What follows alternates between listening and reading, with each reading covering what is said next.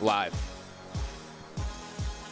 All right, what's good, Knicks Nation? Welcome back to another Game of the Week preview. Of course, we have to preview this tough matchup between the New York Knicks and the Denver Nuggets. And who better than to join me today to preview this game is none other than Matt Brooks. He got that promotion. You know what I'm talking about? He went from covering the Brooklyn Nets, now covering the champs, the Denver Nuggets. So make sure to lock in, stay focused, because we're going to cover this game in full detail. And make sure to hit that thumbs up button for your boys. Make sure to share the links to all of these videos and make sure to support our sponsor, Underdog Fantasy. Use that promo code KFTV to get up to a $100 match. Matt, what's going on, man? It's been a minute. You know, usually I ask you to come on here, especially last season, to talk about Nets and Knicks matchups, but you got that promotion. Like I said, man, you're covering the champs. How are you feeling? How's that been going? It's been good. You know, got the it was like a mid-season trade almost. Ended up covering Denver late March, and then I hadn't watched them a lot, but I was like, all right, we're just gonna roll with this through the playoffs. And then the playoffs kept going and going and going, and then next thing you know, I'm in a locker room celebrating a championship for a team I've been there for like 2 months with. But it's been great, man. It's obviously a really good team and fun team to watch, but the move out here to Denver's been great too. So yeah, I'm good. It's been a good move, I think, for me. For sure. And if I didn't say it, Matt Brooks covers the Denver Nuggets for the actual Nuggets team. So he gets to go watch the team. He gets to be in that facility with the Denver Nuggets on the day-to-day. So yeah, man, just if you can go a little bit more, man, what's been like the biggest difference from covering like the Nets to the Nuggets? Biggest difference. Probably like access, and like I just feel like I'm doing more projects. I don't like, not to get like too into the weeds of it, but I'm just doing more things that I wouldn't have been able to do where I'm like an independent reporter. Versus now I'm like, I'm with a team. So I get to do a lot more projects where I'm sitting down with players and talking to them for like 30 minutes and kind of getting into stories that I maybe wouldn't cover if I was an independent reporter. So that's been really cool. And I definitely, I expected some of that. Like, I expected there to be more access, but I didn't think about it in the light of like, I'm going to get to do projects that I never even would have thought about doing. Mm. But I get to do them because, I'm part of the team, part of the content team. So that's been like really cool for me. I've enjoyed that a lot. It's always fun to do things that you don't expect. And then like the team winning, didn't expect that one either. So like that Yeah. was the other cool part. I just did not see that coming. I covered Brooklyn for 3 years, and I think Mhm. every year I went into it, I was like, all right, I think they could win it this year. And then of course the time when I move out and I cover this team and I don't really know what to expect, of course that's the team where I'm like, oh, I guess we just won. So it's like it's been crazy. That's awesome. That's awesome. So out of all the players you covered so far, who's been your favorite person to interview? Oh, that's a tough question, man. It's good. It's good. Honest, Peyton Watson's a really good interview. Peyton And Watson. he's a guy that is starting to like catch on a little bit. He is a very, Mhm. very good interview. 21 years old, just really poised. Really, like, he's a really good interview. He's just like, it's always unique when you get young players that are like not just like media trained or whatever, but like really truly poised, and you can see like they have drive and like goals and like things they want to do, but they're also like they're patient in a way, and Mhm. that's the feeling you get with him. Like, he has very high goals for himself, but he knows he needs to take the right steps to get there. So he's he's a really good interview. He's definitely a guy I would keep an eye on if you're like a if you're a hoop sicko and you're looking for like random guys to latch That's onto. what we are around here, Matt. We are hoop Yeah, of sickos. course. We're hoop junkies. Last Yep. thing before we get into the crux of this thing. What was it like being in that locker room, seeing like the champagne and everything just unfold from the Nuggets win that championship? I mean, I felt like an out of body experience because you're like, I don't know, like everybody has like a quote unquote like vision board for what they want when they get into. So maybe they don't. I don't know. I definitely had certain things that I wanted for myself in my career.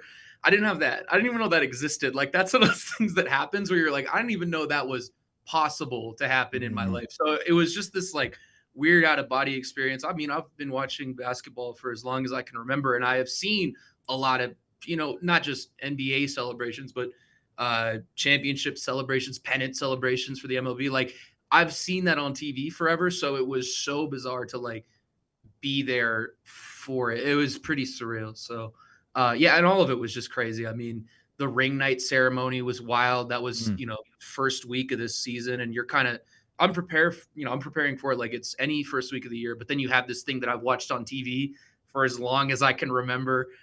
So it's all been like really strange out of body experiences, but like I remember them exactly how they went down. So it's been cool. It's been cool. That's awesome. That's really awesome.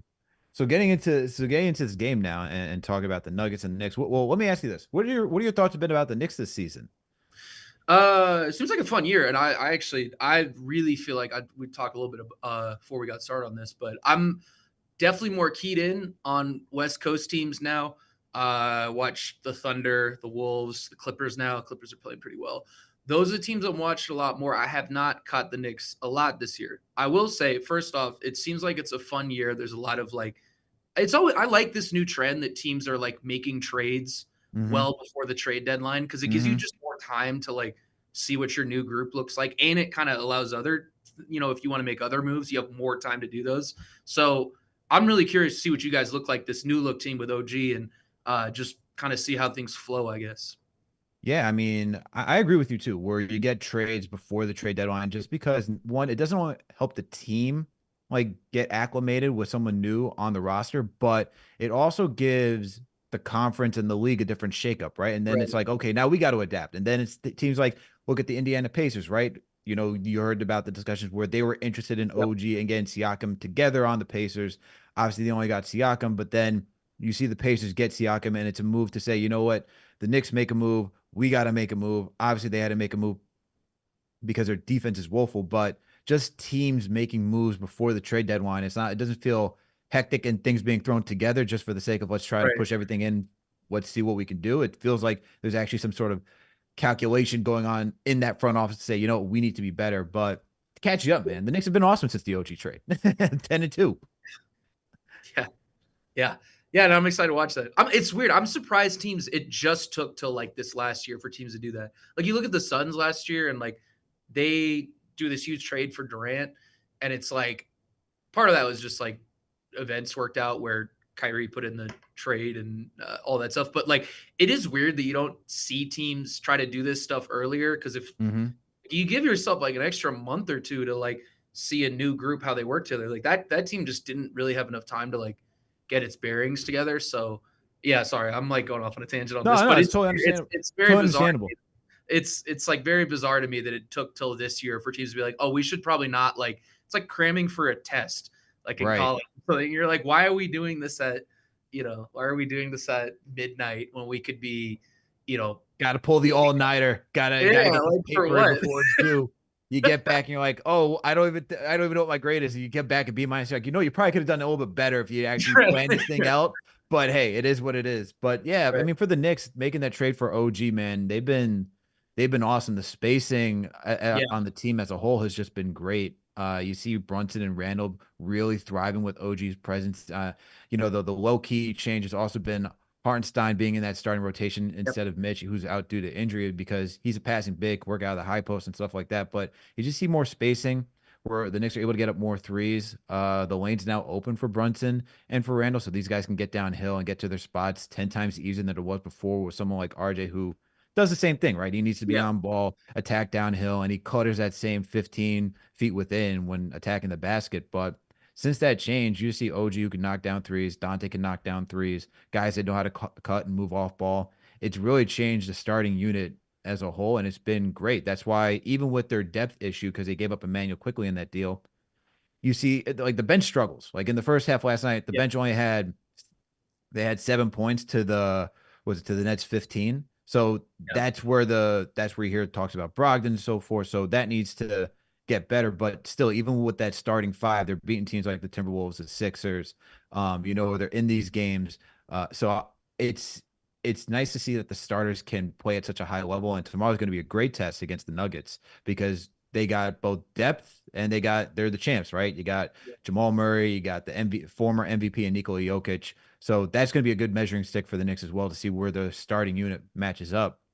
But what's been your take on the Nuggets this season, man? How do you feel about them? It feels like they're kind of like coasting, but they're doing like real well. But it feels like they're coasting and just like getting ready for when the playoffs comes along. Yep. I mean, I think the first month was literally just about like getting in shape. I mean, a lot of them were just like took time off, which they should have, and their season went longer. Um, I think just a lot of it is just kind of like we're coasting if we can. Their bench is mostly young guys. It's like Reggie Jackson. They'll have Justin Holiday filter in here and there, but it's a lot of it's on Peyton Watson, who I mentioned at the beginning, and Christian Brown. I think those are the two biggest pieces you're like looking at in the regular season, being like, all right, what can we kind of get growth wise from these two guys, that unit? But the starting group is what it is. Like, it's funny you mentioned that with the Knicks. There's like, it just really helps. And I mean, playoffs, but regular season too. Like, if you just have five guys that you know exactly how they're going to play, they have their go-to things that they do. Um, it just makes life really easy. Like it's funny. Like, it sounds like the Knicks have like, because a couple was it last year or the year before where their bench would like outperform their Yeah. starters.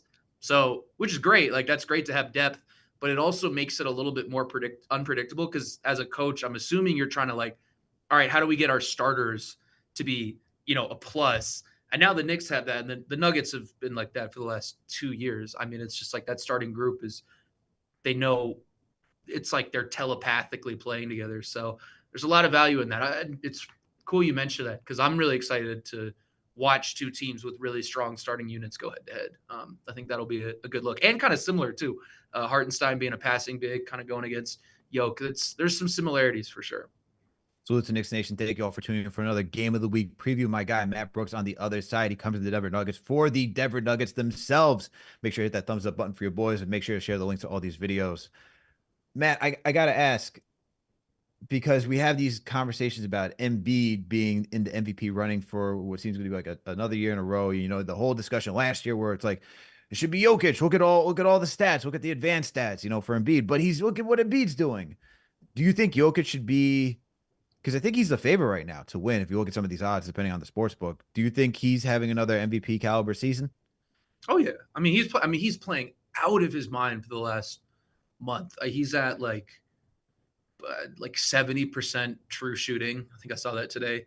Over 70% 20 true shooting. Wow. in his last 16 games right now. He is like we're in one of those Jokic runs, and he had that at the beginning of the year, the start of the year. I remember I wrote something about how I was like, is he better than ever? Because it kind of feels like that. And then he had this stretch where he was a little bit, things slowed down for him a little bit. It was in December, and now he's kind of back up to that like, oh, this guy's like averaging over 25 points on 70% true shooting for like a month now. I don't run out of good things to say about him. He's incredibly efficient, affects the game in a lot of ways. And he's able to win in multiple ways too. I mean, you just look at this week, like they played who is that? They played he had 42 against the Wizards, against the Celtics. It's like a balanced performance with him and Murray. They're doing the two-man game against the Sixers. They didn't win that game, but he gets 18 offensive rebounds. So he just has a way of like affecting games in different ways.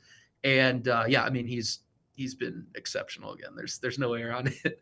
Do you think he should win the MVP this season over Joel Embiid? Because that's going to be, it's between these two. I mean, it's phenomenal to have the big Yeah, man like be recognized for how great these guys are. Because it felt like for quite some time it was just we're looking at guards and wings. These two guys have been having a dominant season. But do you right. think Jokic should win this year? I don't know. I kind of I'd struggle with I don't like awards in general. I personally, but I kind of it's January and I usually wait till March to like say this. I mean, he should be in the running. I'll put it like that. Of I think course, Embiid she should be in the has running, but a do you great think he year. should win it, Matt? Come on now. Yeah, I think he should win it. But I that's not saying anything against Embiid. I think Embiid's having a fun year. It's just like I love having two bigs be as good. I mean, we are getting like historical play from both these guys. I mean, Embiid's dropping 70. Jokic has put up a triple double against every team in the league other than the Seems like Wizards. every single night he's getting a triple double, if not damn near. It's ridiculous. So I don't know. I get it. It's fun to like get into awards, but there's also a part of me that's like, what a cool era to be in a way to like be able to watch these two guys. But I'll answer your question. Yeah, I think you should win it. I think Okay, so. there we go. That's what we need, man. We just want Yeah. concrete Yeah. answers over here. Yeah. So You got you got Jokic out there doing his thing. How's Murray been looking since he's come back from injury? He's been good. Yeah, I think the big thing was just he's like trying to find his footing a little bit. The games where he looks really, really good are when he's getting downhill and he's having like a great shooting season. I don't know if his stats holding up. I haven't checked on it in like a week, but he was top four in like pull up 3-point percentage.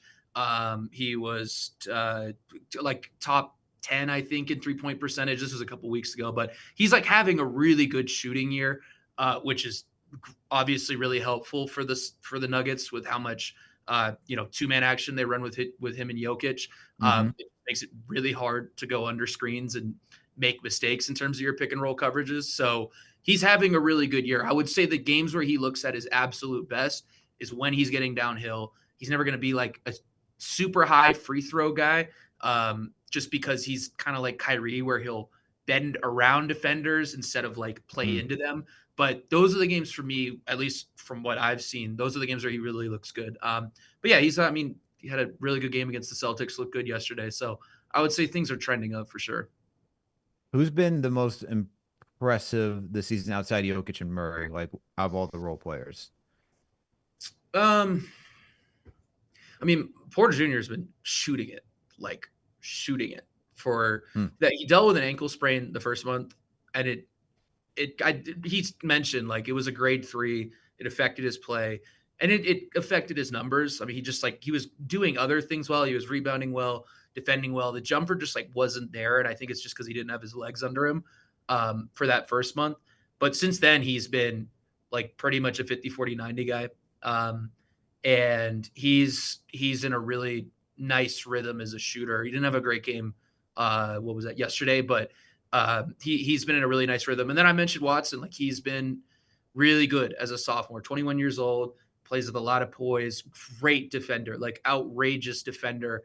Uh, I would argue like the best wing shot blocker in the league. I'm sure Giannovi would be the mix for that, but he's been really impressive too as really a rookie because he didn't play last year. So those are the two that have stood out. But yeah, I think those would be. Oh, KCP has also been good, but those are the two I would. KCP, yeah. Great. I think he's peaking as a defender this year, KCP personally. Mm. He just is locked in on that end. But yeah, I think I would go with those two guys. Okay. Okay. And when you bring up Watson, I just got to think about how Mike Malone has just led the charge for this team, man. He's really been a catalyst. Obviously, he's been there since Jokic and Murray have been there and has really groomed these group of guys to be the championship caliber players that they are. Can you just speak on Mike Malone, man? Because, last year was bringing Christian Brown in like at the right time Right. to make sure that he was ready to contribute in the playoffs. It seems like he's doing the thing. He's doing that with Watson now. Yep. Just give me a little bit insight into Mike Malone. I mean, I love it because you see him kind of, I mean, I haven't been here the whole time, but even from like this year to last year, like you see him evolve in different ways, which I think is the biggest thing as a coach. And that's hard. Like if you get to the level of success that these guys get to as head coaches and you do things a certain way in your brain, you're gonna be like, all right, it works because I do things my way. That's how I got here, right? As a coach, you need to be a leader, which means you need to have pretty like set in stone principles. But he's so good at like evolving. So this year is an interesting year because the Nuggets had this starting five that won them a championship, but they have a bunch of like young guys that they're trying to essentially use to extend their dynasty. The vision was all right, new CBA, we're going to have pretty limited spending powers. And it's kind of hard to like hit on free agents every year when you're working with vet mids, right? Like that's because that's Hmm. basically what they're working with. You're gonna be, yeah, you can't even get buyout guys. Like the Nuggets can't get buyout guys this year. So it's pretty hard to do that when you're working with $1 to $2 million contracts. So their vision was essentially, all right, we're going to try to get a bunch of picks. They got 3 picks this year. And we're just going to see if we can get 1, 2 guys that we're going to sort of essentially like develop as we're trying to play. And that's going to be eventually that's going to be our 8-man rotation is the guys that we've taken these last 2 years. And that's hard to do. Like as a head coach, that's really hard to develop while you have a championship starting five. And they've done a really good job at that. He's done a great job at sticking with that. I mean, there's been periods where Peyton Watson's looked really good. Then there was, I think, November, he was kind of finding his feet a little bit. And Malone never went away from him. Like Justin Holiday has been a very solid veteran for them, and they have stuck with these young guys, Christian Brown, Peyton Watson. They've given Julian Strother, their rookie from last year's draft, a lot of opportunities. So I think he deserves a ton of credit for that. I mean, they also like play a beautiful style of basketball. Like if you want to get into sets and everything like that, they run a style that makes a lot of sense for them. But I Mhm. think this year's challenge of trying to develop guys while you win was a huge challenge, and he is like past that with like an A+. I mean, Malone's just done such a good job of that. It just seems like he's doing everything perfectly for that team, right? Yep. And you're obviously tapped into the Nuggets fan base. What are the like? You know how it is covering like the New York Knicks and like even the New York team in general, where it's like, oh well, we got to find something to complain about. Tibbs. It Yep. could be like minutes. It can be like the Yep. lack of creativity on offense. What is that for Mike Malone? It's like universal approval rating. I mean, it is. It's Wow. insane. It's like it's him and Spolstra have to be the two most liked coaches in the league because it's just hard to like find a ton of complaints with Malone. Like the one they won last year, Right. but like I don't really know what you could do. Like rotations make sense. They've even been like the last month, it's been kind of interesting. They've been shifting their rotations around because they have this young bench, right? And they're trying to figure out how to like stagger their starters with their bench guys. And like they've been really, exploratory with it. And it's, I don't know, he does like every aspect of coaching well. And he's just like a guy that players seem to really want to go to war for, which is huge, like huge. And you get it when you talk to him. He's just like a good dude. So yeah, it's he's got to have like it's him and Spolstra. I think. I mean, like how many coaches are there that have like universal approval rating? I can think of like two. Yeah, I that's why like even like usually there's like a storyline I can go with for like a lot of these teams. Whenever Yeah, I have to cover the Nuggets, man, it's not that easy. Like I'm like I'm trying yeah, to like I go down, I'm like I have to check the news, I check everything. And it's like right. this team is just humming. Like it's just Yep, legitimately humming, even when they're in like the whole thing. The only storyline last season, the years before that, can Jokic do it? Can he make it to the finals? Can they win it? Can they do that? Now you've done that. Now it's kind of yeah. like, all right, well, that's topped off. He's MVP. You got everything else. I guess the only thing I got to ask you, it would be going back to Jamal Murray. Do you think he's deserving of All-Star this year? I think he missed a lot of time, which is tough. Like he's playing really well now. I wish he'd had like another month of that because he was his hamstring and then he had the ankle sprain. I'm trying to remember which order it was, but like that just kind of took him in and out of a rhythm. And he takes a second to like start getting going. He's just one of those guys. Like when he gets hurt, it doesn't always happen, but he'll take a second sometimes to like get back and get to that level of production. So He's like a jalopy, man. You got to crank the yeah, engine a little bit. yeah. So that's kind of a shame that that happened. I mean, guard depth is also like insane in the West. Even with Ja like not playing this year, it's still like whoa.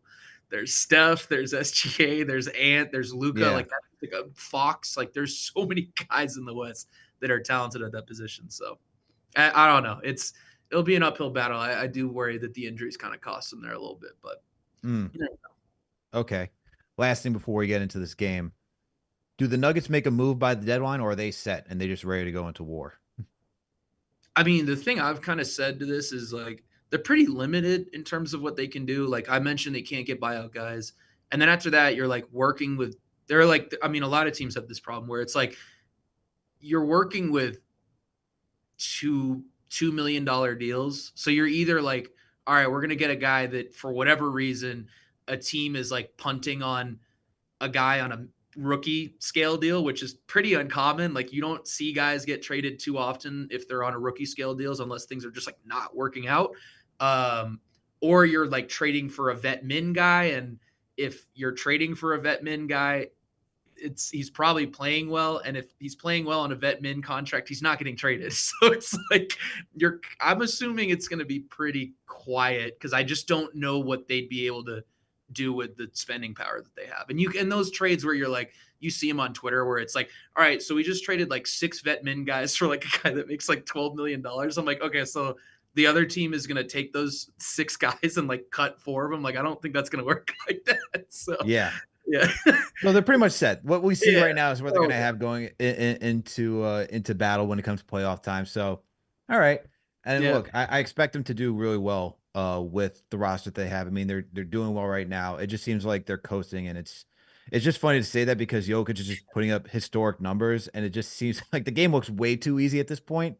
It's like It really does. I don't even know how to even describe it. It's like he's playing on all Madden, but he's making it look like he's playing just like on easy. That's it. That shot he hit yesterday, I don't know if you saw it against the Pacers, where like they blitzed Murray and they just Mhm. kicked him, and he just takes one dribble and like just nails a pull up 28 footer off the dribble with like 6 seconds left, and he doesn't look nervous, doesn't look anything. It's just I don't know.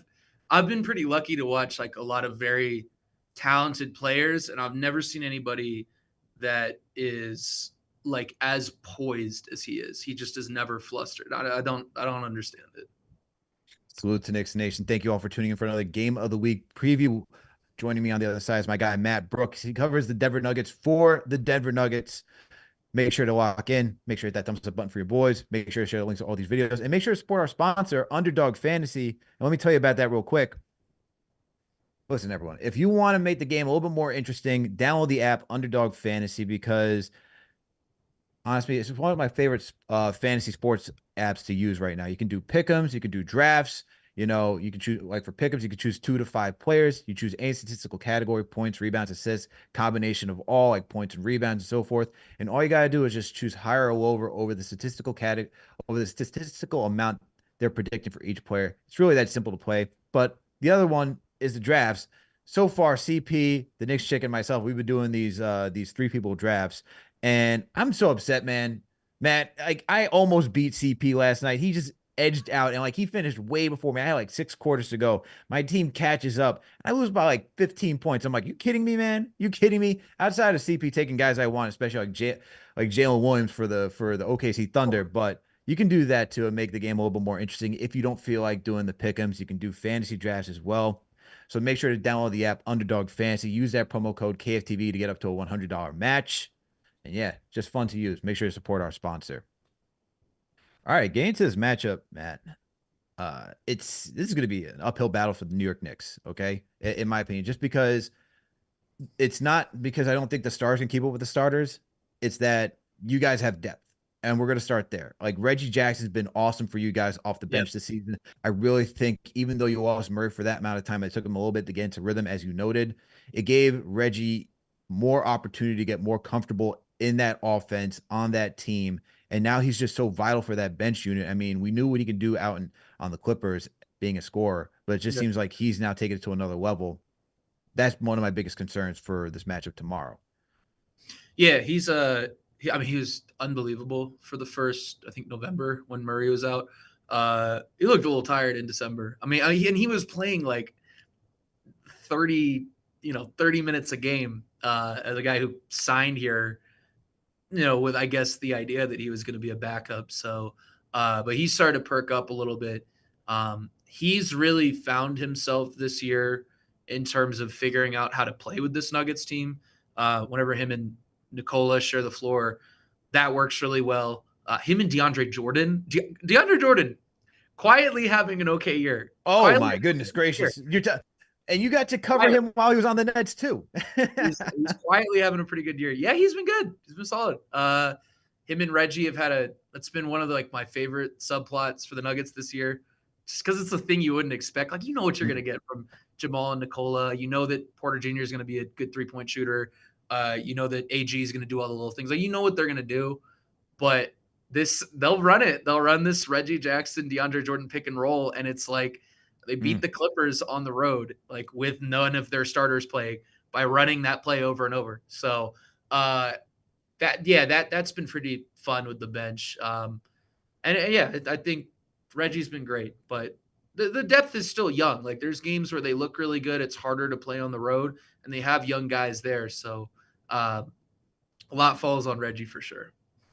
Sure. Getting to some key stats that I think are going to be that will kind of dictate how this game goes tomorrow. I'm looking at second chance opportunities for the Knicks. The Knicks Yep. are a top team when it comes to getting second chance points. And right now, since the OG trade, they're number one. They lead within the last 12 games for this team. They're averaging 17 second chance points. And that's just you have Randall, you have OG, you have guys who are just able to rebound, give another opportunity. And then when I look at the Nuggets, they're third when it comes in to preventing teams from getting second chance opportunities. They allow about close to 13 points per game. And I think this is where rubber meets the road, as if the Knicks are able to do what one of their strengths are. This is one of the key concerns for the Knicks for me going into tomorrow's matchup. Yep, and that screams that's going to be a DeAndre Jordan game because they've kind of Denver. This is like the second time I brought up DeAndre Jordan, but they'll size up. What a world. This man was on his way out and now he's making a comeback tour. Hey, I'm telling you, it's been like he's been subtly like really, really solid this year. Yeah, I think that's a good pull right there. Yeah, Denver generally like last year, I think they were winning. I want to say like 85% of their playoff games Mhm. if they out rebounded their opponent. So rebounding's been tied to this team's success pretty much throughout the entire time that I've been here.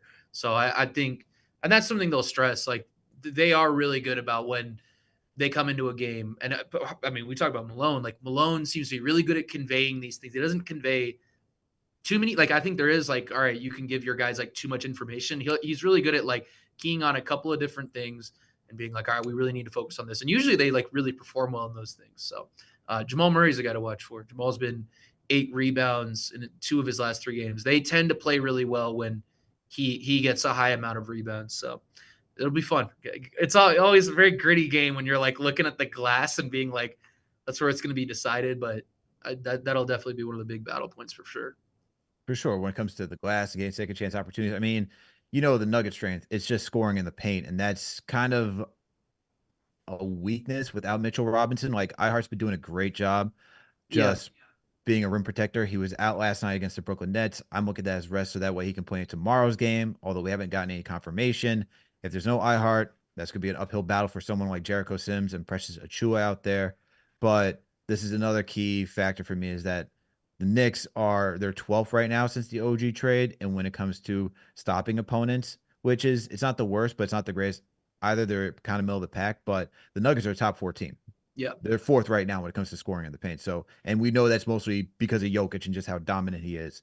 I'm wondering how the Knicks are going to do that. Whether it's Tibbs going to, ask OG to double team, is it going to be iHeart and OG double teaming? That's the question I wonder for tomorrow's matchup. Yeah, that's one of my key. I thought about that. That's probably one of my key points. Is like OG. I think will be really, really valuable. He's a true like 1 through 5 defender. I mean, which is Mm-hmm. very rare. Like we throw that term around a lot. It's like one of those terms we just throw away. Oh, he's a 1 through 5 guy. But like OG's like a 1 through 5, like a real one A through five. legitimate 1 through 5, which is Like what like defensively, I didn't even know this in the beginning, but like having him as a guy that can take pressure off of Randall defensively, that's huge, man. Then Randall could focus on being the guy that he is.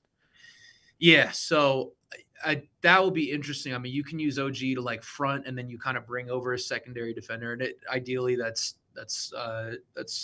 whoever you guys are, Sims or whoever is playing for you guys, but he's like a big piece in that. It's very important to throw different looks at Nikola.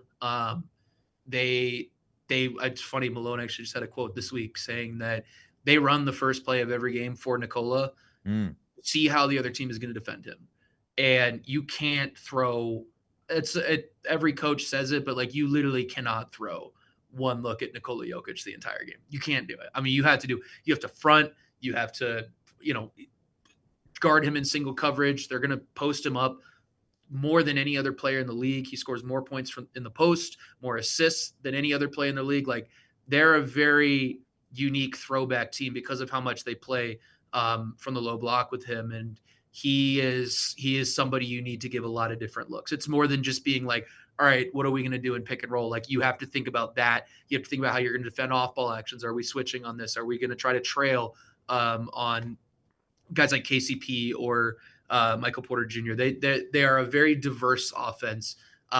So I'm curious to see how Tibbs, handles that. That's where he excels, obviously. for sure. I think somewhere where the Knicks can try to gain some ground is just forcing turnovers on the Nuggets. The Knicks are a good team when it comes to getting out in transition.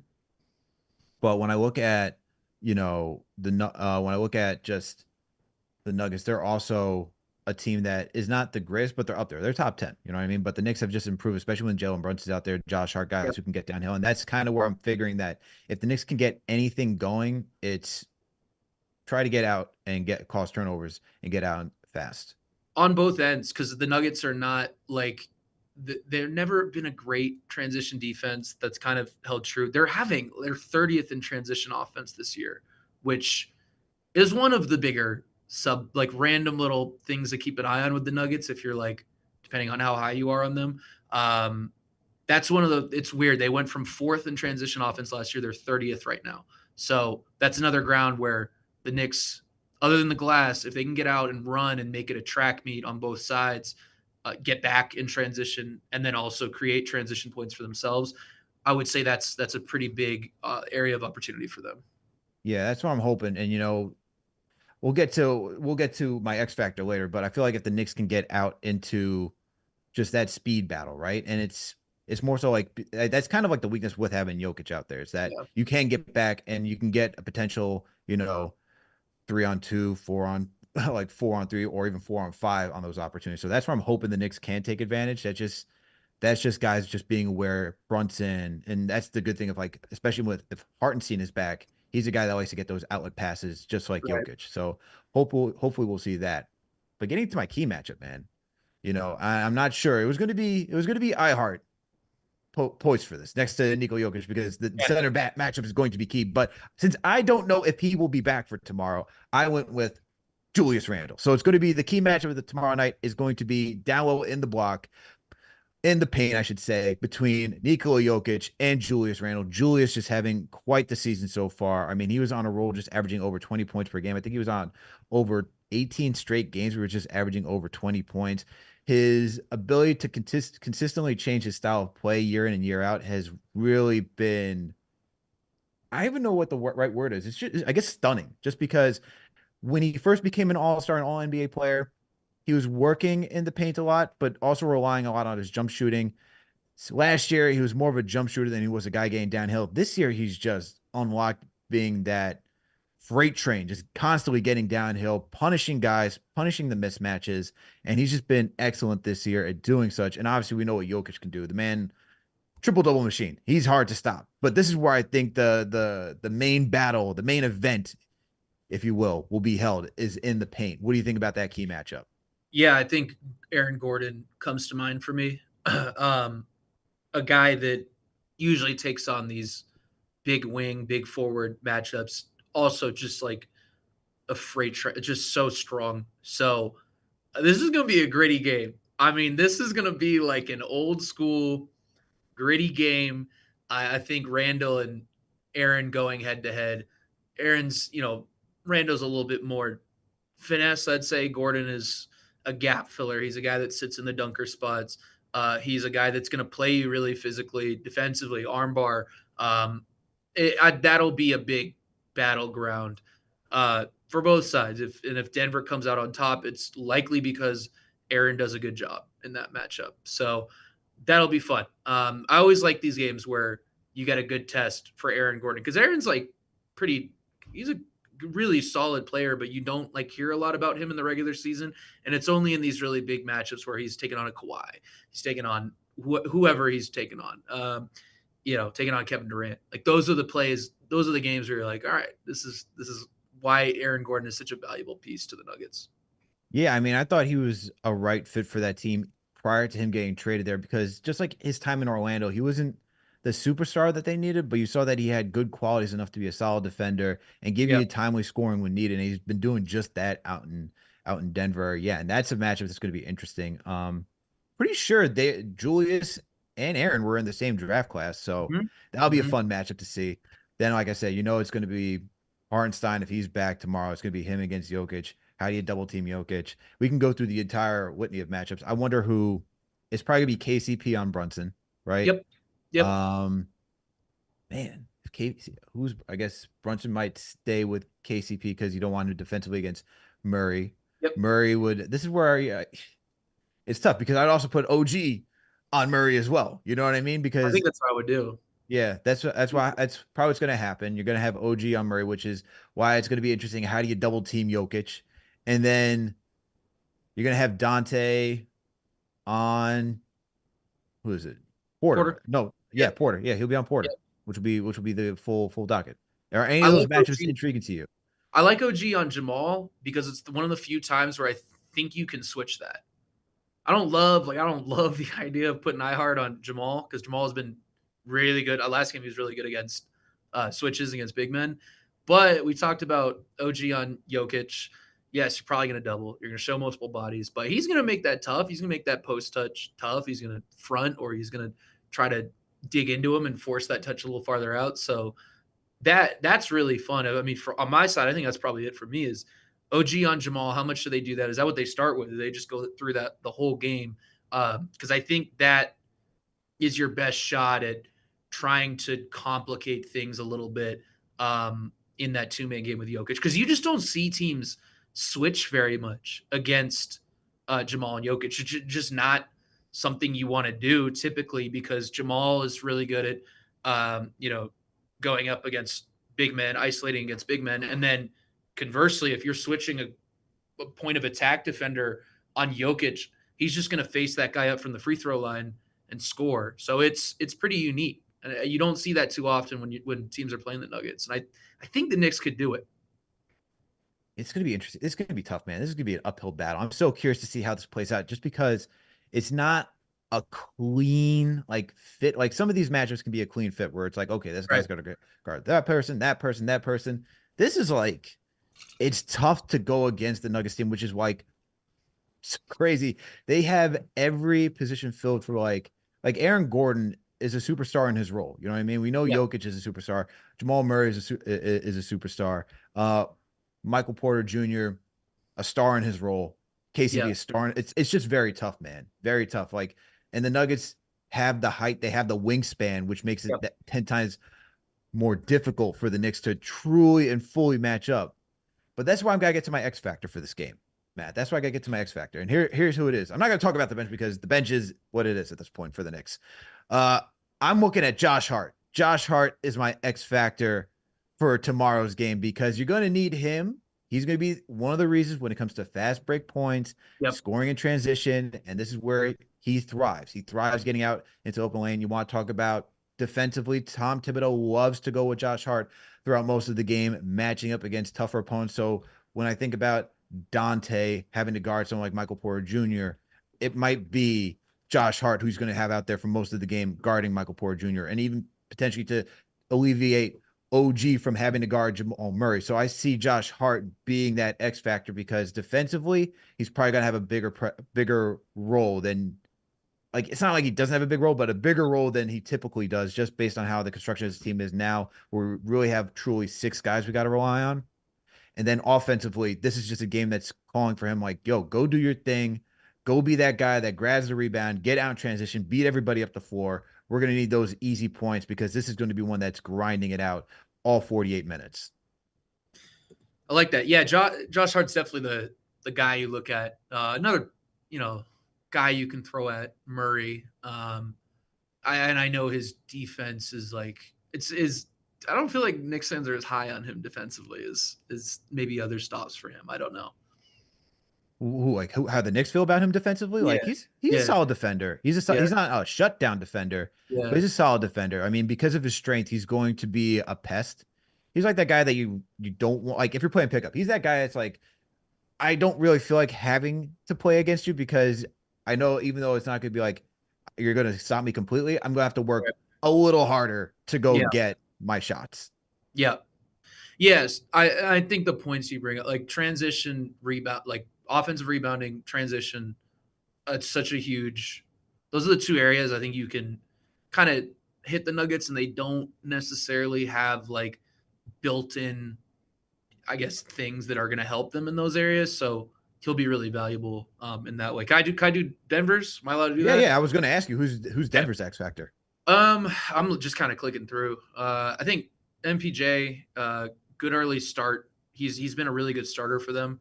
I want to say I think like 40%, somewhere in the 40% range. His points this year come in the first quarter.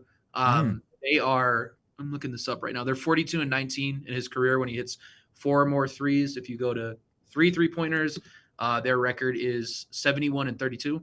So Mm, they're really good when he hits shots. And if they can get him going, that just really opens up the floor for the rest of their guys. They've been really, really good with Jamal and Jokic have been really good the last 3 games. They've been over 60 combined points in every single one of those showings. But yeah, if they can get MTJ going, that just complicates things. He's always stashed in the corners where help rotations come from. So that's a guy I think if you can get him going, he can look nice. I know he was dealing with illness last game, but he's a guy that really just opens things up for them. His floor spacing is so huge. He's 6'10", high release point, jumps really high on his shots. That's a guy that I always feel like if he's playing well, their offense is very tough to stop. for sure. And I agree with you that it'd probably be MPJ just because, I even think back to the finals and the playoff runs, man. Like he could have been a lot better. And you even see like during the regular season, like when he's on, that team can just take it to a whole other level. Like you can't stop his 3-point shooting, like when he's on. So for tomorrow's game, and the Knicks have actually been better at guarding the three with Yeah, OG on this roster. So that will be between Josh Hart and PJ. That'll be interesting to see where that wiggle room is, right? We talked about the stacks and everything else. That's yeah. going to be interesting when it comes down to the X factor. How do you predict this game going? Like, I know you're going to choose the Nuggets to win. I'm going to choose the Knicks to win. Like, these are questions I don't need to ask. But how do you see the game unfolding? I mean, I think we've talked. This is gonna be a gritty game. This is gonna be a really gritty. Like this is gonna be when you look at the box score at the end. You're checking categories you don't usually check. Like you're not like, all right, let me see who shot, better 3-point percentage or whatever. No, you're looking at like, all right, what was the opponent's like fast break points again? Like Yeah, yeah, yeah. you're looking at really just you're in the weeds of it, right? So I think that's probably gonna be what this game's gonna be. We've described it a lot. Like the margins are where this type of a game is won. And that's a lot of regular season games. And I think this is like no difference for sure. But yeah, What's your Denver's final score? let's see. I think this is like a Nuggets were like 114 to 109. I think we're gonna get something like that. Like 114 to 109. yeah, Okay. yeah, I can see it going. That's a good score. I like that score. yeah. There's two top 10 offenses. Knicks are I think eighth right now in offense, and then Denver is somewhere in the top 10 as well. I should know that. How do I know the Knicks and not the not the Nuggets? How do you not know the team that you cover on a day to day that you're in the office building for? Yeah, I'm going to they're go seventh. with, man. I'm good. I think I have to go a little bit lower. I think I have to go a little bit lower personally. I Okay. think I'm going to go like 108, 105. Comes down to a last shot. Knicks are winning this one. Who's hitting the last shot? Who's in the? It's gonna be Jalen Brunson. Oh, for the Knicks, it's gonna come down to the last shot. Jalen Brunson's taking the last shot. ECT? Hey man, someone's gonna be setting the screen. It's gonna be trying to get Brunson wide open. I mean, he's been solid doing Oh step yeah, back yeah. threes too, man. He's Side done steps. great, yeah. Man, he is legitimately taking his 3-point shooting to another level. Like last year, he was averaging like 5, 6 attempts, Yeah. shooting close to 40%. This year, he's taken 8 attempts. He has just been lights out. There was a stretch before the trade. He was shooting over 40% from three. He has been a flamethrower this season from downtown. So I wouldn't be surprised if they let Brunson be that guy to say, because that's also who he is. He's also the most Yeah. clutch shooter on the team. So I'm expecting it coming down to Brunson. I think it's just tough because when I say if you give it to Julius, that means he has to go between Jokic and Aaron Gordon. Right. I don't think that's the look you want to get. If I had to choose between KCP and barreling down into the paint, I think I'm gonna Yeah. choose KCP. Not saying that KCP is any like easy guy to go against, Yeah. but that's just like that. I'd rather choose that. I'm just kidding. Yeah, no, Brunson's been awesome. He's really fun to watch. Cool development story too. Like just the little things. He's like one of those just like trajectory guys where it's like linear. It's pretty cool. I'm happy the Knicks have like a guy like Steady, that. consistent, Yeah, point plays guard. above his level. Yeah, man. Thank Yeah. God we finally got a point guard. Finally got a point guard. But Matt, thank you for joining me today, man. Thank you for previewing this game. Please let our listeners know where they can find you and if you got any upcoming work we should be on the lookout for. um Yeah, you can find me, Matt Brooks NBA on Twitter. And then if you want to find my writing, that's going to be on nuggets.com. Work I'm coming up with. I'm trying to do a story today, so hopefully that gets done. Just a little bit about like their draft process. Pretty important, the draft of the Nuggets. You know, they only got Sure about this that? Nikola Jokic guy in the 40s. So yeah, hoping to work on that. That should be out this week. So something coming Nice. up. Yeah. Awesome. Thank you, Matt, for coming on the show once again. And thank you to all of our listeners for tuning in for another Game of the Week preview. You all know what to do. Make sure to hit that thumbs up button for your boys. Make sure to share the links to all these videos. And look, if you can't catch the show live, you can download the show on any audio listening platform. We're on Apple, Spotify, wherever it may be. You can go catch us there so you never have to miss a beat. All right. And make sure to go check out Matt's work. Make sure to go give him a follow. Okay. Like I said, he covers the Denver Nuggets for the Denver Nuggets. All right. So make sure to give him a follow on all the socials, wherever you are, and check out his great work. Also, make sure to support our website, KnicksFanTV.com. Go over there and go check out some of the great articles. We got great content. We just have Remy's recap just posted today. We got a lot of great writers over there. And make sure to support our sponsor, Underdog Fantasy. Use that promo code KFTV to get up to a $100 match. And we'll catch you tomorrow after the game, post-game live. All right, so make sure to tap in. All right, everyone, we out.